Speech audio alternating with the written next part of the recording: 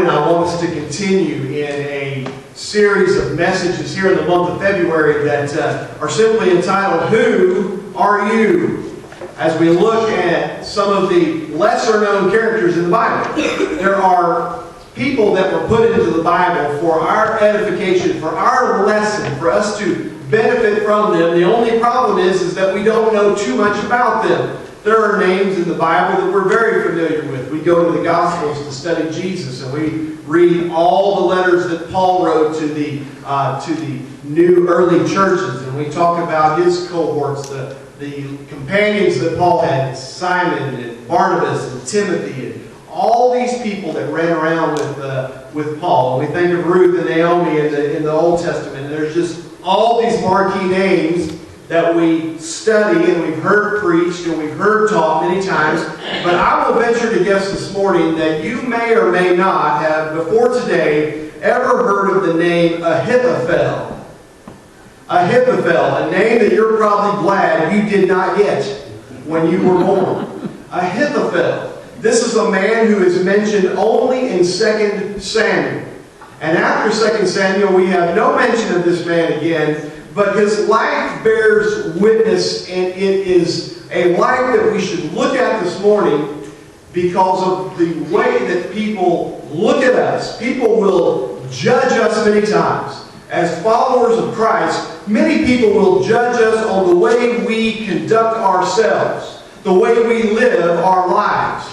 And one of the ways that I believe that we can hurt our testimony as followers of Christ, one of the ways that we can damage the witness we have is when we don't manage the relationships that we are in. When relationships that we are in become fractured and broken. When there is hatred and division among us and people who were once close to us. When we dismiss people from our lives for what they've done or said to us. When our relationships are not good and we cast people out of our lives, the unsaved person is going to look at us. And they're going to look at me and they're going to say, well, I'm not much different than he is because he acts just like me. I have the same issues and the same problems that that believer has. And it's important that our relationships that we have with other people, that we never let them get to the point where they are broken, where there is misunderstanding and hatred, where there is the need for revenge and to try to get even, to settle scores. And the life of Ahithophel is a perfect demonstration of a man who let hatred and misunderstanding and revenge creep into his life. Not only did it creep into his life, we're going to see that it took his life. And we're going to read one verse, 2 Samuel chapter 17 and verse 23. Now when Ahithophel saw that his advice was not followed, he saddled a donkey and arose and went home to his house, to his city. Then he put his household in order and hanged himself and died, and he was buried in his father's tomb. It's unusual for us to begin a story at the end, but we are reading the end of this man's life, and we're going to work our way backwards. In this case, the life of one of these lesser-known characters in the Bible, a name that you may not have heard of before today. His life bears our study and is really and sadly summed up in the verse that we just read. This morning as we resume this Who Are You sermon series and once again look to find great lessons from God's Word. I believe that there's nothing in the Bible by accident. Nothing was put in there just to take up space or to provide filler or fluff in the Bible. Everything we have in the Bible was put in there for a reason. And there is nothing in Scripture that was placed in there simply because there was nowhere else to put it or nothing else better to do with it. Even these minor background characters and these seemingly insignificant subplots of the Bible are anything but meaningless. They all have lesson for us this morning, even names of people that we hardly know. So this morning we look at the life and the story of Ahithophel, a story that is filled with mystery and intrigue and immorality and murder and dirty politics and double secret agents. Yes, you heard me right. Double secret agents. So if for no other reason, you ought to hang in with me all the way to the end so you can find out who the double secret agent is in the story. But this story has components of all these things as we look at this man. So let's begin this morning. Who is this man, Ahithophel? Who is this man which met with such a tragic ending? What made him so desperate that he would take his own life? As we look closely at this man, I want to bring light to three things about him that we know, and this should allow God to have His way and show us how to avoid the pitfalls of this man and avoid his experiences this morning. First, I want us to consider Ahithophel's unlimited potential. Unlimited potential. Now, there's not a whole lot of us that could ever be said about. No one, I don't think anyone's ever said that about me. Or if they did, I wasn't around when they said it, so I didn't hear it. Unlimited potential. We know this about Ahithophel. He was a great man. He was from a city named Gilo, and it's spelled Giloh, Gilo. And that city means a city of discovery. So we know that Ahithophel was a great man, and he was known for having an incredibly brilliant mind. He was so wise that when one of his own tribe, the tribe of Judah, when one of his tribesmen was declared king of Israel, and that would be David, King David, David selected Ahithophel to be his number one advisor, his right-hand man. Of all the people in Israel that David could have selected, he chose Ahithophel because of Ahithophel's reputation for having such a great mind. And as Scripture reveals to us, he was the right man for the job. 2 Samuel chapter 16 and verse 23. Now the advice of Ahithophel, which he gave in those days, was as if one had inquired at the oracle of God. So was all the advice of Ahithophel, both with David and with Absalom. What does that verse mean? That verse means that getting advice from Ahithophel was like getting advice from God. That is an incredible statement to be made of any regular mortal person. That when you go to Ahithophel and you get his counsel and you get his advice, it is the same as getting it from God. That's an incredible statement, and I can promise you today that no one is saying that about my advice. No one says that about me. But in this case, they were saying this about Ahithophel. And not only did he possess a brilliant mind, and he was great in his counsel, he was also very well connected. If you look at 2 Samuel chapter 23, you'll find a list of names that is called the 30, the 30. It's a list of names, and if you were to actually count them, there are really 37 names in 2 Samuel 23. But these 37 names were the best and the bravest and the most valiant warriors of all of Israel. This was the best of the best, the most brave, the most courageous, the most valiant. So we see of these 37 names, in verse 34, we see mentioned Eliam, the son of Ahithophel, the Gilonites. And in verse 39, we see a name, Uriah the Hittite. Uriah was married to Ahithophel's granddaughter, and Eliam was Ahithophel's son. So he's very well connected. He rubs shoulders with these brave and valiant men. So not only was he wise and respected, he was also very well connected. Well, it's about this time in Ahithophel's life that David's son, his problem child son, Absalom, returns to Jerusalem. Absalom had been banished for 3 years. He had been expelled from Jerusalem for 3 years for a crime he had committed. But now Absalom comes back, and he has one goal in his life, and that is to overthrow his father David and to take the throne of Israel. So Absalom creates this grassroots rebellion. He arms a militia, and he starts an uprising against his father David. So Absalom figures that if he's going to do this, he needs a smart guy on his side of things. So who better to have than the guy that works for his father, Ahithophel. And in 2 Samuel 15 and verse 12, we see that Absalom sent for Ahithophel the Gilonite, David's counselor from his city from Gilo, while he offered sacrifices. And the conspiracy grew strong, for the people with Absalom continually increased in number. So Absalom goes to Ahithophel, who's working for David, and says, hey, this is what I'm doing. I'm creating this uprising against my father. I want to overthrow him as the king of Israel, but I need you to come be on my side of things. I need you to stop working for my dad and come work for me. Now, this should have been an easy no thank you for Ahithophel. He should have been able to say, Absalom, I know what you're all about. You are nothing but trouble. I know what you want to do, and I'm loyal to your father. I'm loyal to my king. This should have been so easy for Ahithophel to say no, but it is not easy, and there is a reason why Ahithophel would consider turning his back on David. Remember a moment ago when we talked about the 30. We mentioned this Uriah the Hittite, who was married to Ahithophel's granddaughter, and her name was Bathsheba.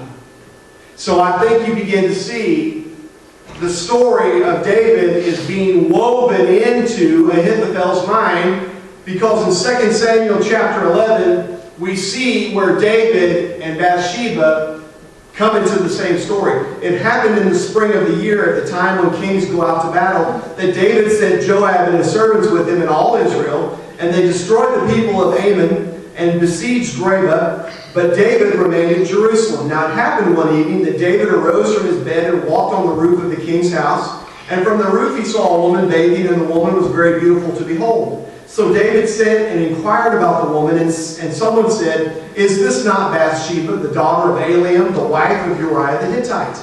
Then David sent messengers and took her, and she came to him, and he lay with her, for she was cleansed from her impurity, and she returned to her house, and the woman conceived. So she sent and told David and said, I am a child. Then David sent to Joab, saying, send me Uriah the Hittite, and Joab sent Uriah to David. This is only the beginning of what David has done to impact Ahithophel. Now you can see and we can understand why it was so easy for Ahithophel to stand there and think about what Absalom was asking him to do. You see, David had harmed Ahithophel's family. He had done this incredibly immoral thing with Uriah's wife. Uriah, the daughter of Eliam, Ahithophel's son. He had harmed her family. And when people do things to us, and they harm us, and they hurt us, it changes the way we think. It changes the way we make decisions every time that person's name comes up. We think of them differently. We want to respond to them differently because of what they have done to us. In 2 Samuel chapter 11, beginning in verse 14, this is how David responds. He finds out what has happened with Bathsheba, and he wants to cover it up. In the morning, it happened that David wrote a letter to Joab and sent it by the hand of Uriah. And he wrote in the letter saying, set Uriah in the forefront of the hottest battle and retreat from him, that he may be struck down and die. So it was, while Joab besieged the city, that he assigned Uriah to a place where he knew there was valiant men. Then the men of the city came out and fought with Joab, and some of the people of the servants of David fell, and Uriah the Hittite died also. David, to cover up what he had done, hands Uriah a letter basically guaranteeing his assassination by telling the leader of the army, put Uriah where the battle is the fiercest, where the fighting is the most intense, because David needed Uriah to be silent. He needed him to be gone. And Uriah is killed in battle. So the story is now covered up. And you see that layer upon layer, David is doing things to Ahithophel that would make it easy for him to decide to jump camp and to join this uprising. So we see that Ahithophel had this unlimited potential. He should have been using that potential for the good of Israel. He should have been loyal to King David, but David is making it impossible for him to trust King David. And he's wanting to get even. And revenge is creeping into that relationship. And you and I are no different. Before we were too hard on Ahithophel, there have been relationships in my life and relationships in your life where things have happened, bad things have happened to us. Bad things have been said about us. Things have been done to us, and we allow that to creep in our hearts and our minds. And we begin to think about getting even. And we begin to think that we have the need to set things straight. And all the while, people are watching how we handle these relationships. To see what we'll do. To see if we'll try to make amends. If we'll try to salvage the relationship. Or will we follow the world's, like that bumper sticker we used to see in the 70s. I don't get mad, I get even. And we follow that culture. And we strike back. And we get even. And sometimes we're not even satisfied with trying to get even. We want to get ahead. So secondly, I want us to consider Ahithophel's avoidable peril. The saddest part of the story is Ahithophel could have avoided all of this if he simply would have let God in his heart and in his life and speak to his heart. For 7 years, Ahithophel allows this hatred and this need for revenge to stir in his heart and in his mind. And how many of us today have that person rattling around in our mind? That person, this has been going on for years. And that relationship is fractured. It's broken.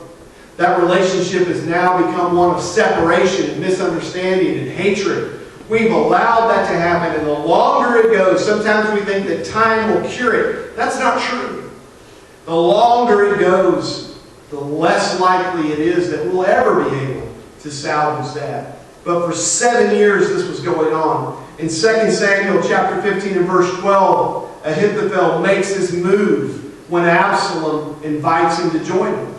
And how could such a wise man with such a great mind ever be allowed to turn his back on his king? Hatred and revenge, don't miss this, can change the way we feel, change the way we think, and change the way we respond.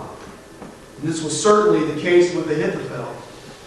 In 2 Samuel 15 and verse 13, a messenger comes to David and said, the hearts of the men of Israel are with Absalom. At this point, the rebellion was gaining momentum, and David is run out of his own home. He's run out of the castle, so to speak. He is now in hiding because this rebellion is gaining so much momentum. And Absalom goes to his new counselor, Ahithophel, and asks him, what do we do? What should I do next? In 2 Samuel chapter 16, we see this exchange that Absalom said to Ahithophel, give advice as to what we should do. And Ahithophel said to Absalom, go into your father's concubines, or your father's harem, whom he has left to keep the house. And all Israel will hear that you are abhorred by your father. Then the hands of all who are with you will be strong. So they pitched a tent for Absalom on the top of the house, and Absalom went to his father's concubines in the sight of all Israel. Ahithophel advises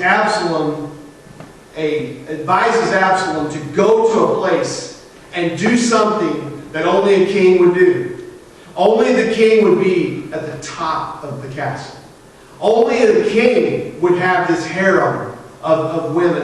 All these things that only a king would do. Ahithophel says you need to go and look like a king. You need to go and do things like a king, and everyone's going to see that you really are the king. But don't miss the irony in the significance of where Ahithophel told Absalom to go. He sent Absalom right back to the place where David was when David saw Bathsheba. He sent him right to the top of the house, exactly where David committed that immoral act. Sent him right back to the scene of the crime. But this is just the beginning. Just the beginning of these desperate acts and his unwise counsel. 2 Samuel chapter 17, beginning with verse 1. Look at how far Ahithophel has fallen in just 7 years. Moreover, Ahithophel said to Absalom, now let me choose 12,000 men, and I will rise and pursue David tonight. I will come upon him while he is weary and weak, and make him afraid, and all the people who are with him will flee, and I will strike only the king.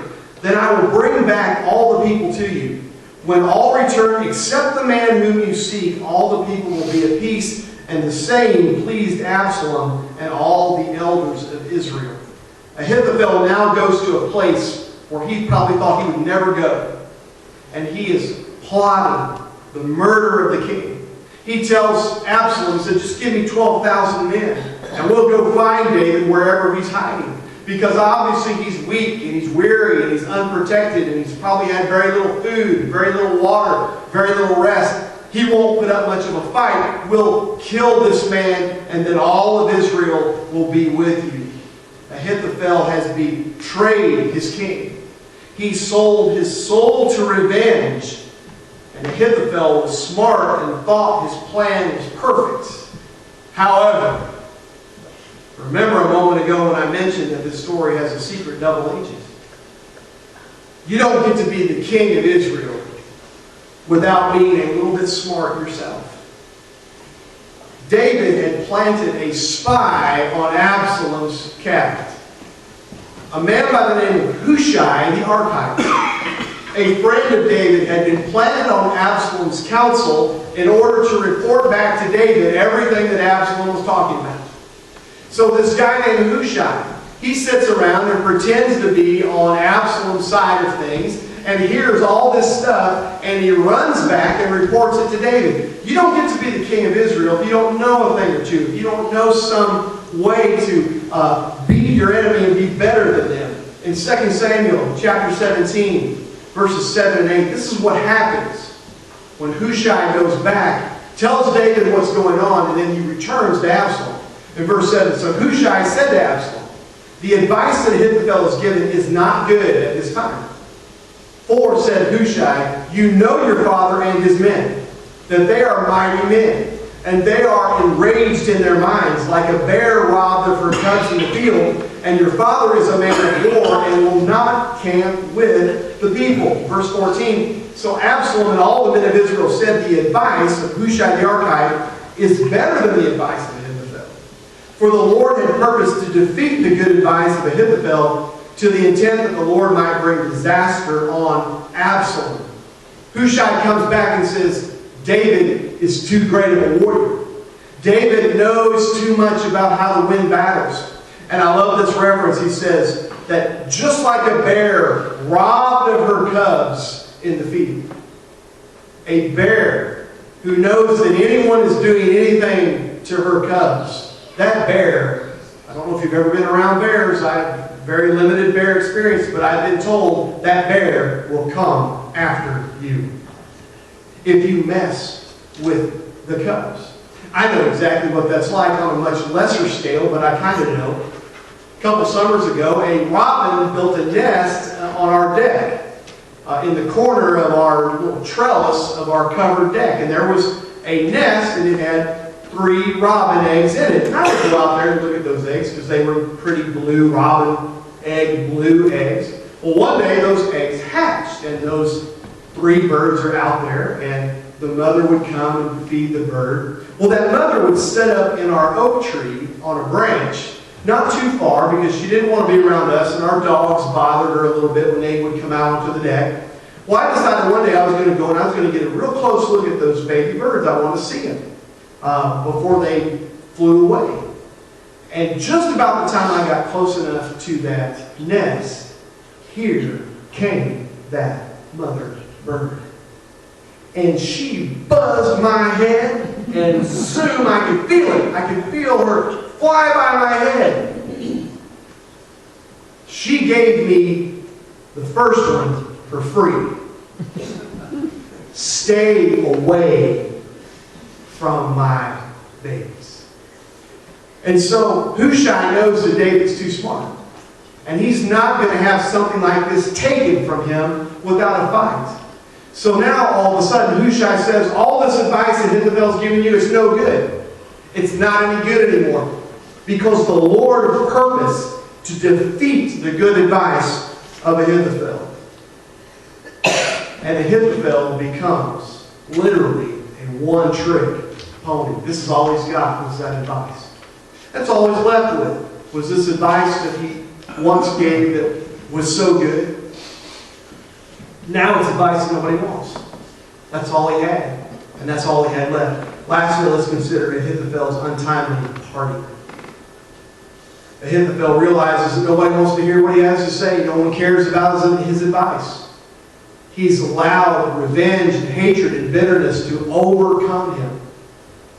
He's allowed himself to turn his back of betrayal on his king. He has become the worst version of himself. And this is how he responds in the verse we read at the opening this morning. Now when Ahithophel saw that his advice was not followed, he saddled a donkey and arose and went home to his house, to his city.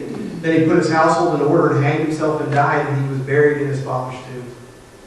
What a sad story. What a wasted life. So we ask ourselves this morning, why is this even in the Bible? The characters in the Bible, even the minor characters, don't necessarily serve us as models of morality. They serve us as mirrors for our identity. What that means is they allow us to sometimes see some of ourselves in them. And perhaps today you're living in a relationship that has long been fractured and broken. You haven't exchanged words with this person for years. There's misunderstanding, there's bitterness, there's hatred in that relationship. And others that stand back and know you follow Christ and are looking for things that make you different, see you behaving and see me behaving exactly the way they do. Exactly the way they are. And that's not going to draw them any closer to Christ because our behavior matches theirs. Because we're doing the same things that they're doing. Forgiveness is not an option. We won't allow it. We won't extend it to that person. There are two lessons as I close this morning. Two lessons from this story. Why is this in the Bible? Number one, it is possible to be smart in the eyes of the world but have no heavenly sense. It is possible to be smart, to have worldly, earthly smarts, but have no heavenly sense of what God is wishing to do and desires to do in your life. James chapter 3 and verse 14. But if you have bitter envy and self-seeking in your hearts, do not boast and lie against the truth. This wisdom does not descend from above, but is earthly, sensual, demonic. For where envy and self-seeking exist, confusion and every evil thing are there. But the wisdom that is from above is first pure, then peaceable, gentle, willing to yield, full of mercy and good fruits, without partiality and without hypocrisy. Earthly wisdom is the ability to get things done your way. Heavenly wisdom is the ability to allow God to do things His way through you. I have this great sign that I love so much. It says, if you're the smartest person in the room, you're in the wrong room. Because what you've decided is that there is no one who can tell you what to do. If you're the smartest person in the room, you will never learn anything from anyone else. And sometimes we decide that we made the right decision. And that there's no room for God to come in and try to change our mind. With Ahithophel, you never hear him pray. You never see him receive counsel from the priests of God. You never hear him say the name of God. He was this one-trick pony, and when he lost that one thing, he had nothing left. The second lesson we can learn: bitterness, hatred, and revenge can lead us down a path we don't want to go. Look where it took Ahithophel.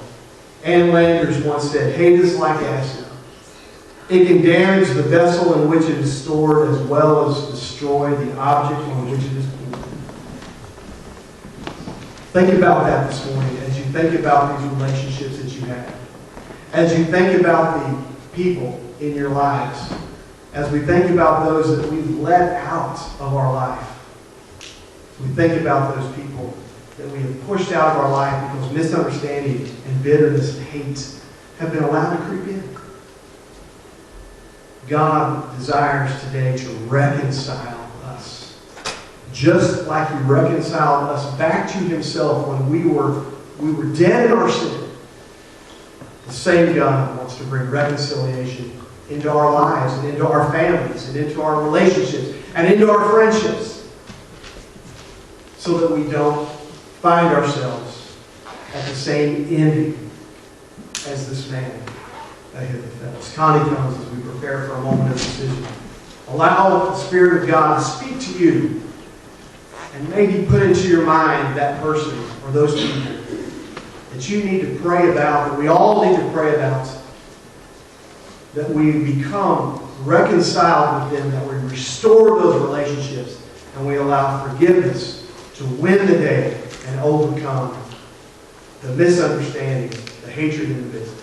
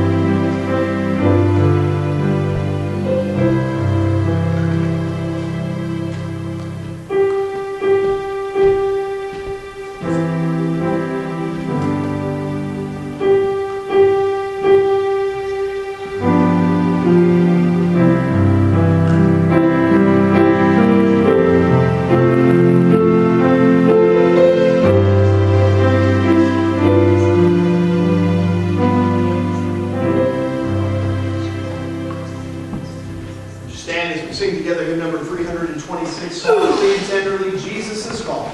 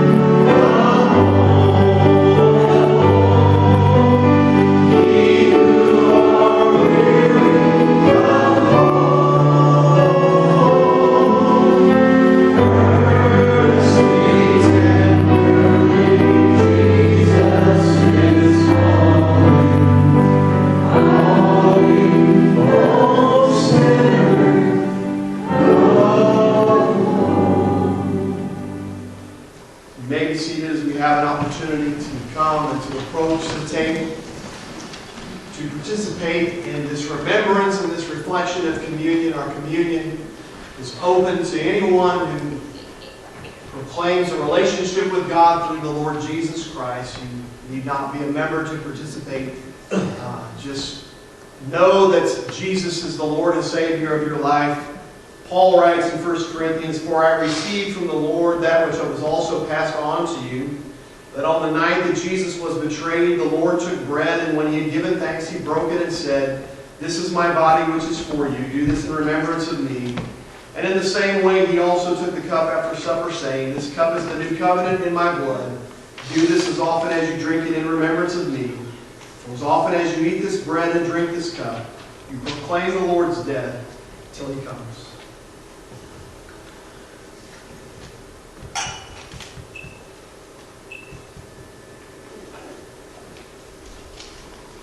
And the bread is yours.